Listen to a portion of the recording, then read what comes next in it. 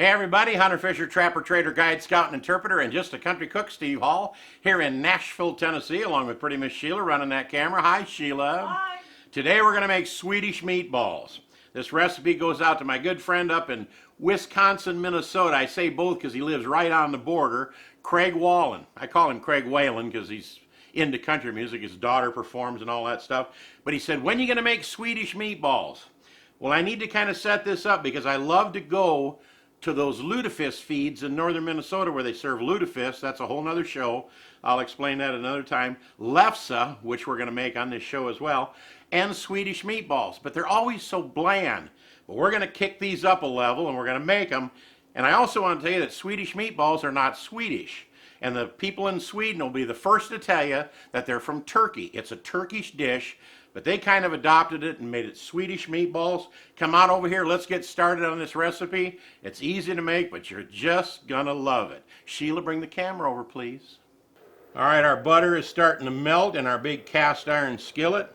Now, traditionally, the meat they use for Swedish meatballs is 50% beef, 50% pork. You can use all beef, you can use beef and turkey, but we're gonna do the traditional thing and use half beef and half pork. And don't buy real lean, buy like 75-25 to make it kind of fatty because we want that consistency to make a real good, soft and tender meatball. Now that we got a little butter going in here, we're gonna throw in half of a sweet Vidalia onion. You can use any sweet onions you want. I just like those Vidalias. And we're going to soften this up in this butter. And then when we're done, we're going to take these onions and we're going to put them in this bowl with a bunch of other seasonings and some egg and a whole bunch of stuff. Then put the meat in it and make our meatballs. But we don't want to clean this pan out because we're going to make our gravy in this same pan. Let me soften this up. Be right back with you. Man, these onions are just perfect. Let me turn this off.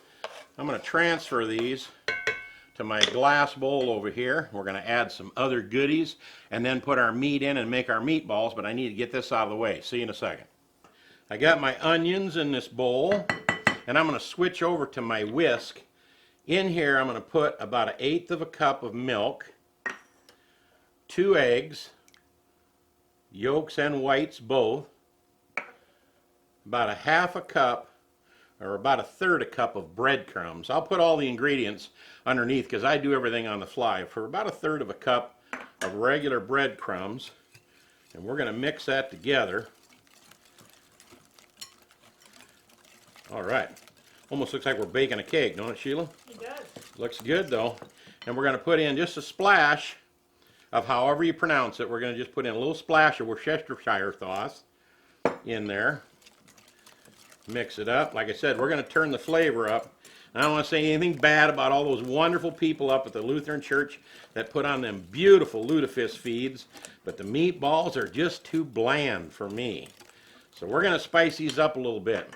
And I'm going to dump this in all at once. Let me tell you what's in here. 1/2 teaspoon of salt, 1/2 teaspoon of black pepper, 1/2 teaspoon of allspice.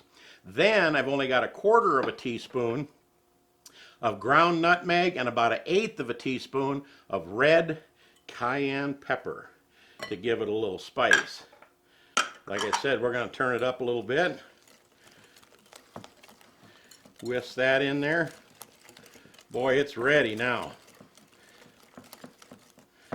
Now the meat that I'm going to put in here right now is half pork and half beef. It's 1 pound of each. And what I did, instead of flopping, I see so many people do that. They flop a whole pound of meat in, and then another pound of meat, and then they try to mix it up. I break it up in little teeny chunks. I even chop it up in little cubes on the tray, and then I put pork, beef, pork, beef, pork, beef, and it's so much easier for Sheila to mix because I had Sheila Yes, you did. mix this meat up for me. And now we're going to add our meat.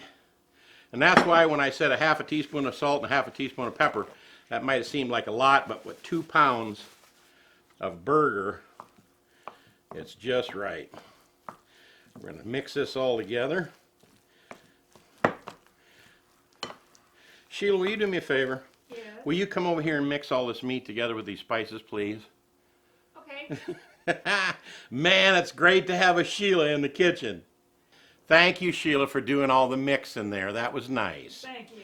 Now let me tell you what we did. Even though I got some out here, I put the cellophane back in there because I forgot to tell you something. After Sheila mixed that all together, the spices and all the eggs and all the breadcrumbs and all that, we covered it with cellophane and popped it in the refrigerator for about an hour and let all those breadcrumbs soak up all the juices and all them spices get everywhere. Then I took this little scooper here and started plopping out chunks of meat, and I went, wait a minute, I forgot to show them that we put it in the refrigerator for an hour. So what we're going to do is this, I like using this little baby ice cream scooper, or maybe you got a little melon scooper, because it kind of gets all these chunks equal. And then what I'm going to do is, because this meat is cold and my hands are warm, I'm going to take my hands and put them in a bowl of cold water that Sheila has over here. And I'm going to roll these up perfect.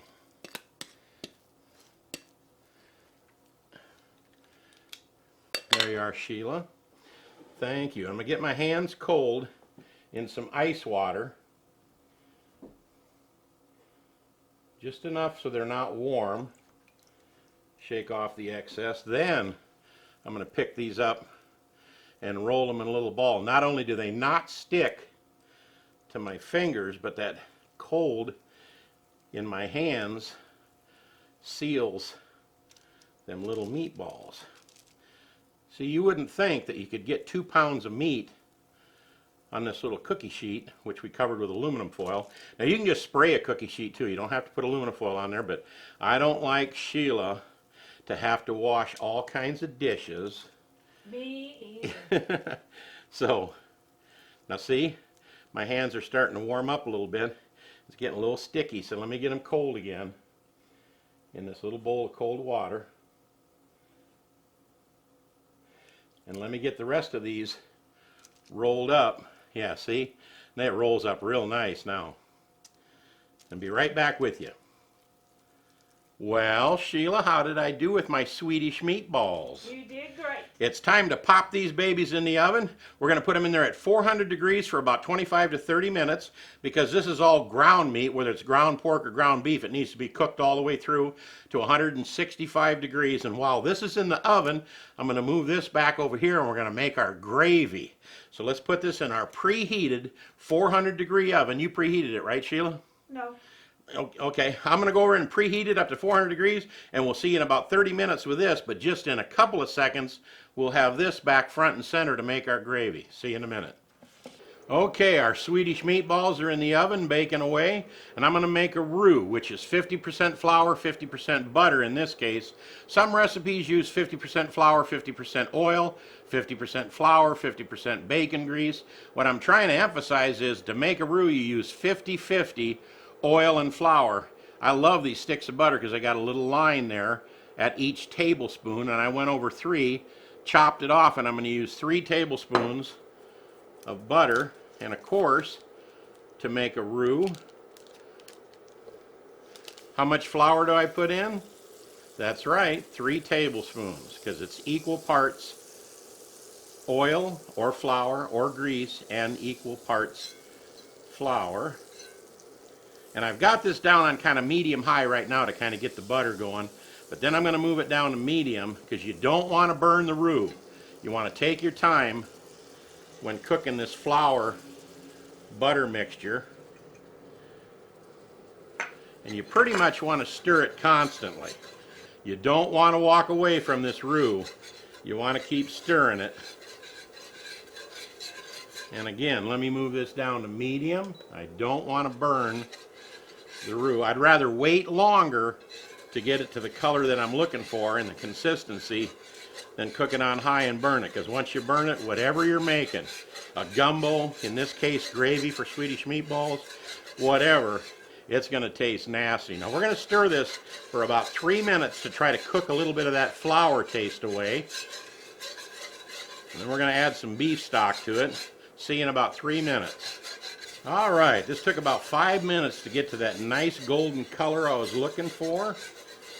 I turned it up to medium-high again. Now I'm going to add a little bit of beef broth. Little at a time. You'll notice it thickens right up. Just like making breakfast gravy. Add a little more. We're going to keep adding this until we get it a little thinner than we would normal gravy for like biscuits and gravy in the morning. There we go. That's looking nice. But it's going to thicken, so we're going to keep stirring this. Doesn't it look great, Sheila? It does. Wow. Now we're going to start a few little dashes and a few little splashes, but I'll put all the ingredients below. Like at this point, I'm just going to give it a little sprinkle of salt, a little dash of pepper. Salt and pepper to taste is what I'm going to put underneath there, so you're going to have to put a little bit in at a time and then taste it, then add your pepper and add your salt till you get right to where you want it. Now we're going to turn this up a wick. Oh man, are you ready for this? We're going to put in a nice big dollop of sour cream in there. About 1/3 cup of sour cream. Mix that in. Oh, this is going to get real rich.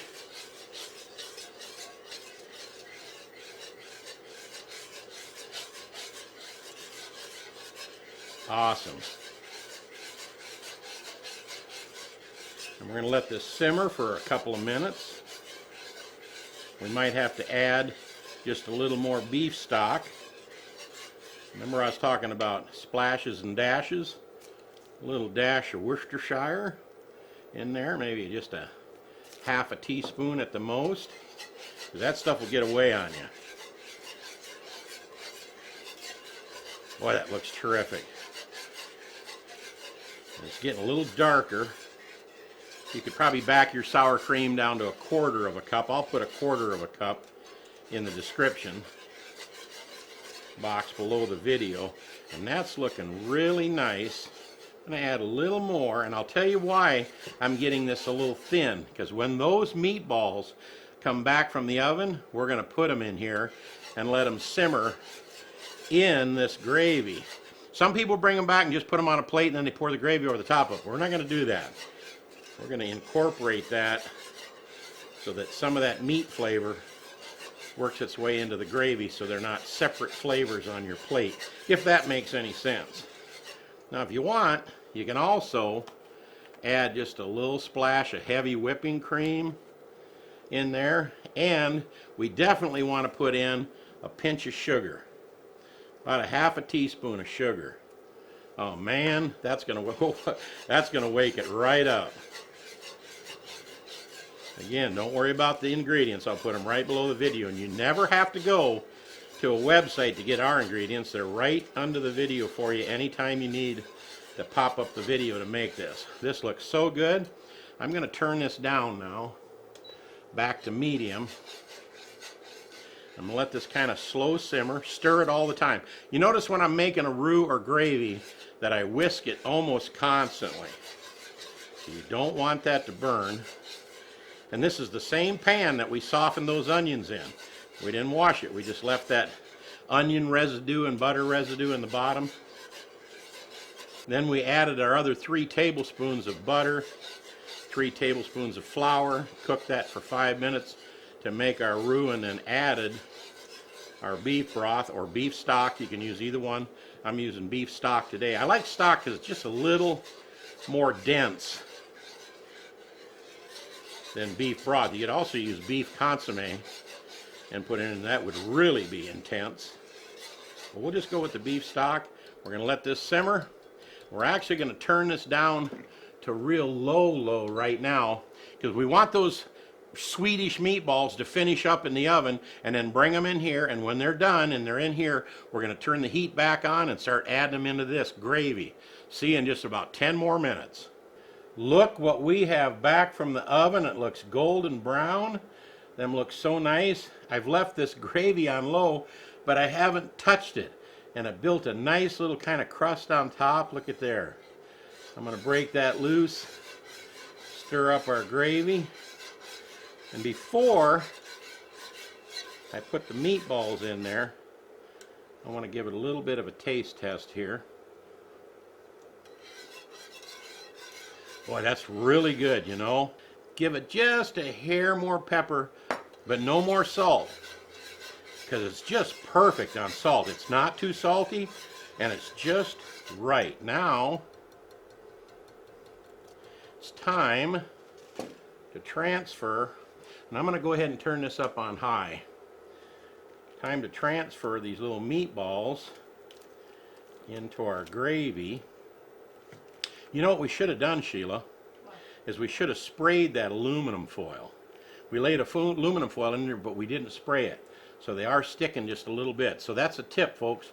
Before, even if you're using aluminum foil, instead of spraying the pan, put the aluminum foil down and then spray the aluminum foil. They're coming off pretty good, but just sticking just a little bit. I wish I'd have hit them with a little cooking spray. I know we spray everything. We do. We spray these cast iron pans a lot, even though they're cured and got a nice little color on them. Ooh, look at it starting to bubble on high. That's just what we're looking for. Because this will finish off. If there's any little teeny spot of meat that didn't hit the 165, this is going to finish it off in this pan. But I'm sure that this is done inside. If you want to slice one open and take a peek inside, make sure you don't have any pink meat. But what we're going to do now, make me a little well over here. I'm going to turn this back down to high, medium high, because it is starting to boil too much. And I left me a little spot here that I can keep getting the gravy out of. Made me a little well, so to speak, so I can dip it and pour it over the top of these. Get a close-up of this, Sheila. This looks so good. Thank you, Sheila. You're welcome. For our close-up. She is the best camera girl on the planet, I'm telling you. Look at this. We're going to cover up the rest of these with a little bit of gravy. And then we're going to maybe move these over here and make a new well over here to dip for a while. Boy, I almost want to put some mushrooms in here. I don't know why, but they don't traditionally go with this dish, so we won't do that. But kind of move these around, keep stirring them. And we're going to let these cook for about 5 minutes, and I'm telling you, that should be good. And then we're going to plate this up. When these hit perfecto, I'm going to move all of this over to the side. I'm going to put my plate in the middle, and I'm going to show you what we're going to serve this with. Very interesting, but you're going to love it. It's easy to find. I try to find recipes that are easy to find in the store. You know, you don't have to go to Czechoslovakia to get moose fat or something to put on recipes that we do. We try to make them so they're easy to make, easy to find, and hopefully a lot of fun. We'll see you in just a couple of minutes. All right, I simmered these for about 5 to 7 minutes, and I just turned the burner off, so they're still kind of simmering a little bit in there. But here's what we're going to do. Oh, man, this is going to be so beautiful and look so good. Just got some egg noodles. Now you can serve this just straight up right on a plate, but I'm going to serve it on noodles. And I boiled some egg noodles in a pan for about 10 minutes so they were soft with a little bit of salt in the water. And that's what we're going to put our Swedish meatballs on. And you can serve this individual plates, but I'm doing this kind of family style because it's just me and Sheila. And we set this between us on the plate, and we just kind of dip in there and have a little fun. Let me move these out of the way. I think I got a couple of stragglers there. Now here's where the fun starts. Over on one side, these are still a little warm. Whew. I got some beautiful little boiled potatoes, which are traditionally served with Swedish meatballs. But I got these little petite golds, and they're still hot. They just came out of the pan as well. So I'm going to put a bunch of these little... Ow. Don't take me long to look at a horseshoe. Does that look cute, Sheila, or what? Now that is cute.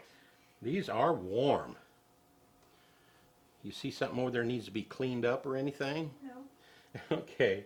Because when you get up off your chair, it makes me nervous, like you're coming over to fix something. And I'm putting these on here. I'm just making sure I don't have to fix nothing. Okay.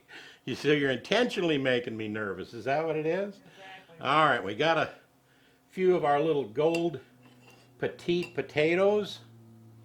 And what we're going to do with these is we're going to drizzle a little bit of butter over the top of them.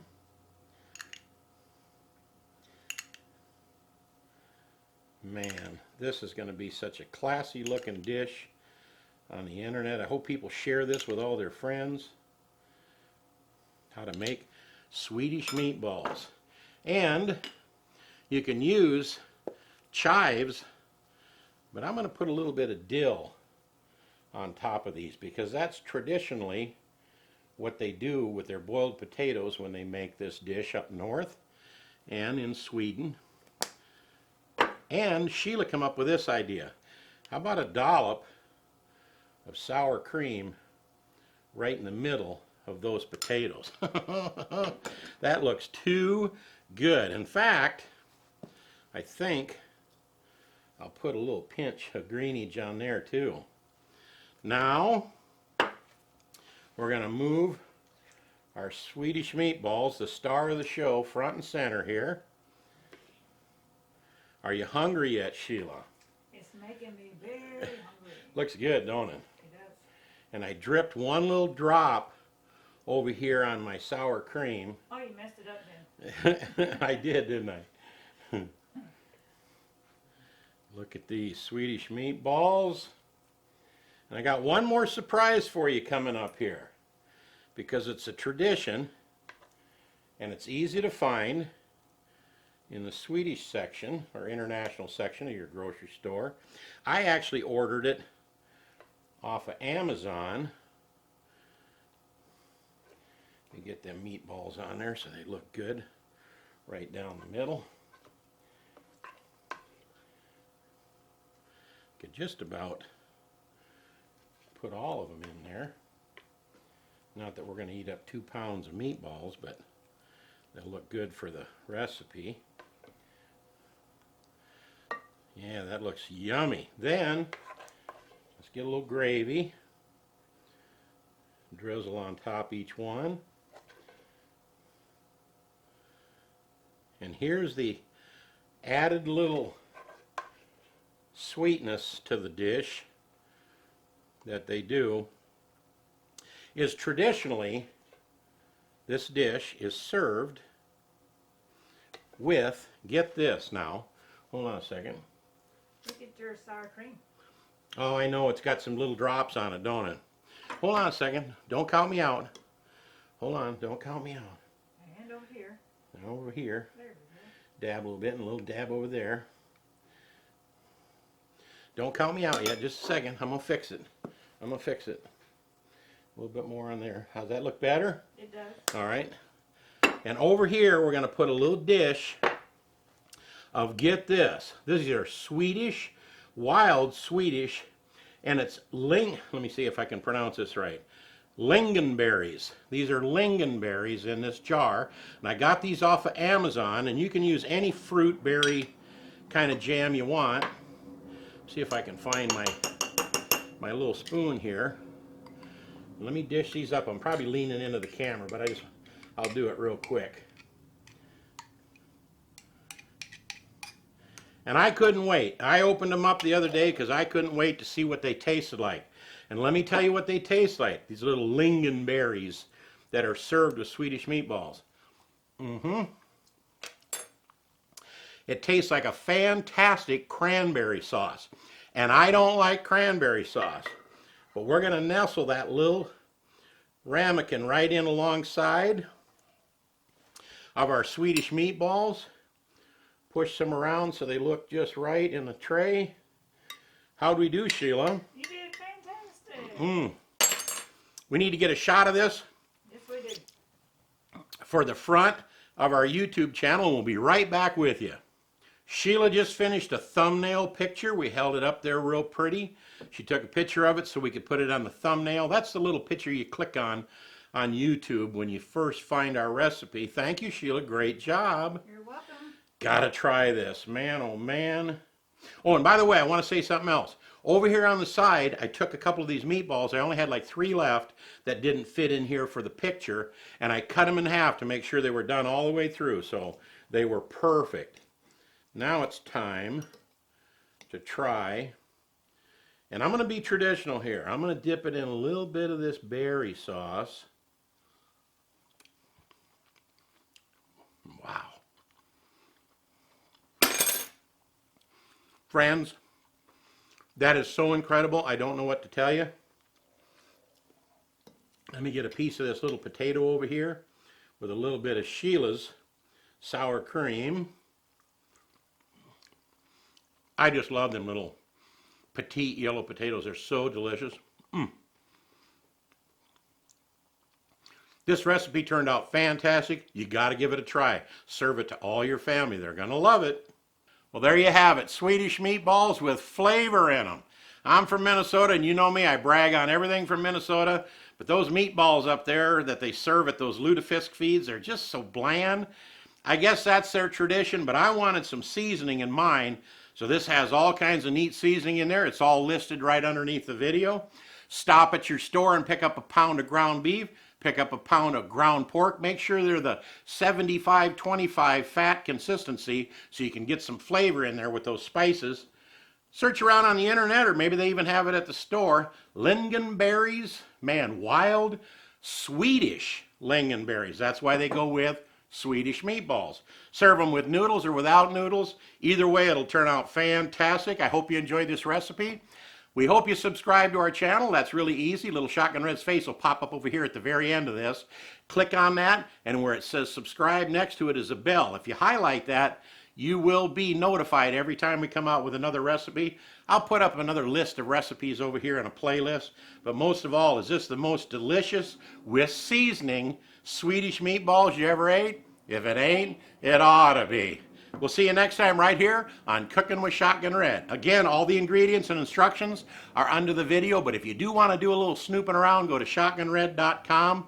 We got a lot of neat stuff there. We'll see you next time right here on Cooking with Shotgun Red. And man, I kind of like them little lingonberry things. Sheila, wait till you try this. You're going to love it. Say goodnight, Sheila. Good night, Sheila. Oh, you got to make this. Great.